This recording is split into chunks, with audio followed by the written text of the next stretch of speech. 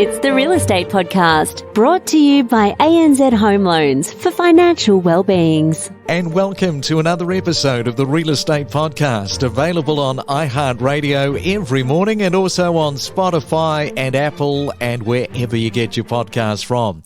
It's a Thursday morning, just one more day after today, and we're back into another weekend. It is the 15th day for September for 2022. Interesting, yesterday I saw a piece Paul Ryan from PropTrack had. He was asking the question, what is mortgage stress? The commonly quoted metric is those spending more than 30% of their income on mortgage repayments. And official data covers non-performing loans, which tracks loans that are 90 or more days behind on their repayments. And he says that there is a clear reason for the low current level of mortgage stress. Most stress is caused by a loss of income. And of course, the current unemployment rate, the lowest in almost 50 years, means that most people can make those important mortgage repayments. On the stress side, he says this is the fastest the Reserve Bank has increased interest rates since 1994, and most borrowers are well placed to absorb these additional costs. But interest rates will increase further, he says, as markets expect an additional 1.5 percentage points, which would push rates beyond the level recent borrowers have been assessed against and, more importantly, stress tested against.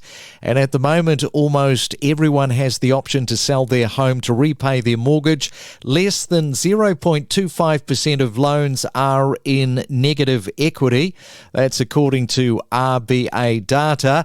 And Paul Ryan said that while we are unlikely to see a lot of stress, many households may have a tough financial period ahead. And let's hope that that is not you. It's your weekday real estate breakfast with news, interviews and predictions every morning on the Real Estate Podcast. And coming up, we are back in the Gold Coast again. Twice in 1 week. And we're going to be talking about a unique home that sold there recently.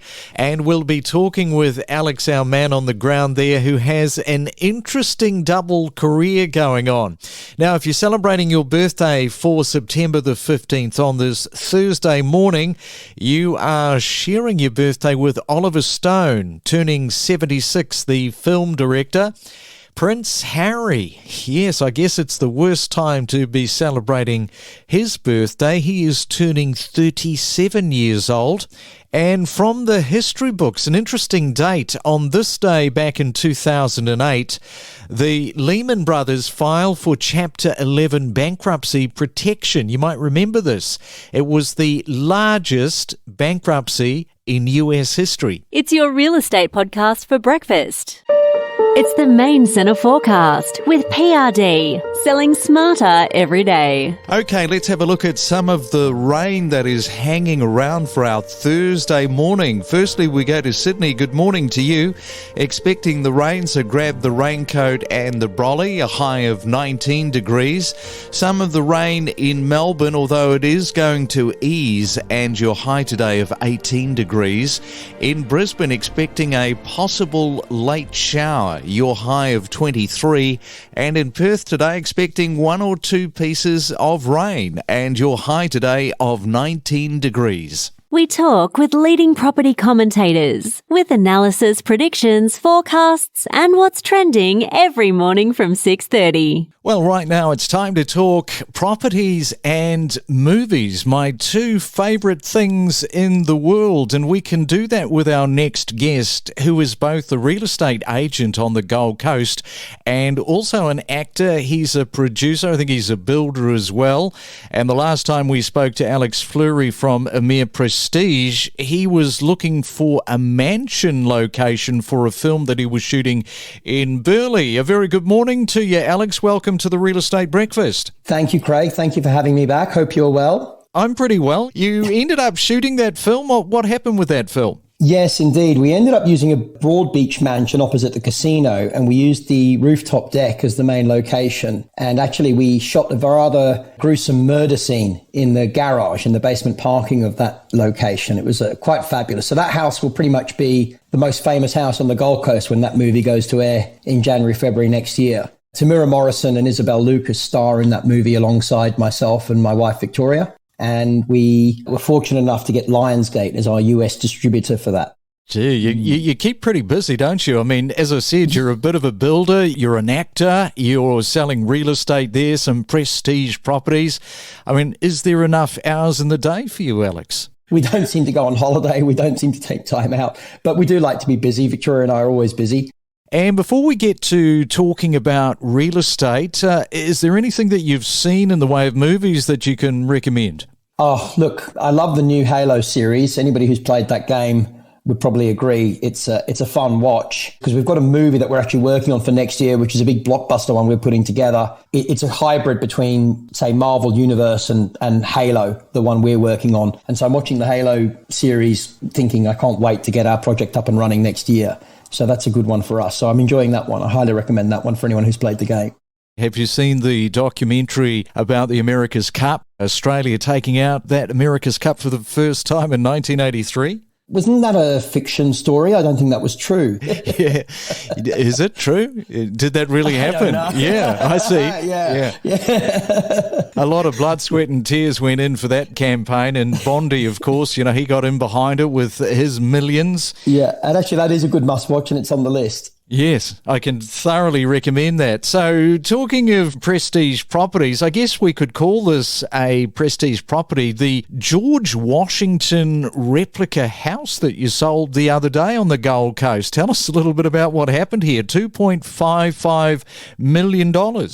Yes, that's right. So it's based on the Mount Vernon property that George Washington built. And some articles suggest that he built it primarily for his mother and his family to live in. The Manuka Estate, as I dubbed it, it had several funny addresses. It had a main road, highway road address, then it had 2 Manuka, then it had a different title address, and then it had 3 Manuka on the wall when you pulled up to the gates. So I ended up just calling it the Manuka Estate, just to get past all of that for the marketing so that everybody knew where they were coming. It's a beautiful build. It was built in 2004, 2005. It's a little bit dated and tired inside, but the new owners are going to give it a new lease of life, I'm pleased to say. So they're going to do a full renovation on it. The estate itself is about 9 acres. And it's got a couple of beautiful dams and some older style stables that need some work and a cottage, which, look, if you believe in it or not, I think it might be a little bit haunted, that cottage. I always seem to lose my car keys when I go in there and I'm sure someone's moving them around. But, not everyone believes in ghosts and there's no lease with the ghost. And if you want company, then you've got an extra friend there for you. So that's a benefit. Yeah, so 3.6 hectares, I noted. So reasonable bit of land there for that price point. Yes, I mean, Mudgeerbar doesn't have many prestige properties. That's probably unfair on the area, sorry to say it that way, but it doesn't seem to tick the high prestige box that, say, somewhere like Tullabudgera or Talai would. I think it's probably slightly undervalued as an area and underrated because it's such a good proximity to the motorway, to the shopping centres and back into town. It's one of those areas that sounds and feels a lot further away than it actually is. And I think over time that will change. I think Mudgeerbar will come to the forefront of acreage estates actually going forward. I think this sale will lift Mudgeerbar as an area and people start to recognise that there is good value and there are very good properties in Mudgeerbar itself to be had. And I think it will come out of the shadows, so to speak. And what about that prestige market? Because you deal with some pretty impressive prestige properties. Yeah, so the prestige market is still moving ahead quite nicely. There are maybe a few less buyers around, but that doesn't mean that they're necessarily out looking for bargains in the prestige market. They recognise the value of construction. They recognise the value of the price increase. They also acknowledge that the Gold Coast market was deeply undervalued or grossly undervalued for many years. And the Gold Coast has come into its own, primarily because of the pandemic, of course, even though that seems like a lifetime ago that we were all in lockdowns. That has given the Gold Coast a new lease of life and given interstate owners and overseas owners a new reflection of what the Gold Coast offers in terms of the value for money. And value for money is really what you still get on the Gold Coast when you compare our lifestyle and our square meterage rates and our volumes compared to other states, whether it's Melbourne or Sydney. And so we're getting a lot of interstate buyers still coming through, looking at the Prestige market with us and looking to make that purchase ready for Christmas. Tell me this, what about the international gateway, I guess? Yesterday I was talking with Randall there in Sydney in a pretty prestigious area of Willara and Paddington. So have you noticed, since we've opened up the gates now with more people coming in, more inquiries from overseas? Yes, I'd say that they have started. I wouldn't say that they are as strong as can be. What I think usually would happen is you start to get the trickle coming through. In our case, we're starting to see, funny enough, a lot of Vietnamese buyers coming through. We're seeing groups of Vietnamese coming through every other week. We're seeing a new family come through. We've seen some British holiday makers. So the way usually the system works over here is people will come on holiday first. They'll start making inquiries.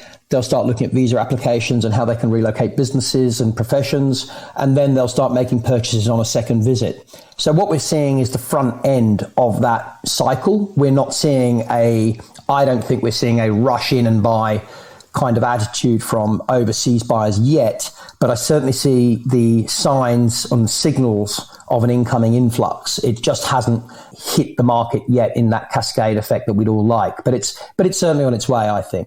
All right, well, we'll leave it there, Alex. I'll let you go and get your morning coffee, and we'll talk again, no doubt, in the not-too-distant future. Enjoy your day on the warm Gold Coast. Lovely. Thank you, Craig. Wish you well, and stay in touch, and I'll keep you updated on our movies coming forward. We connect you to the best real estate information across Australia. The Real Estate Podcast.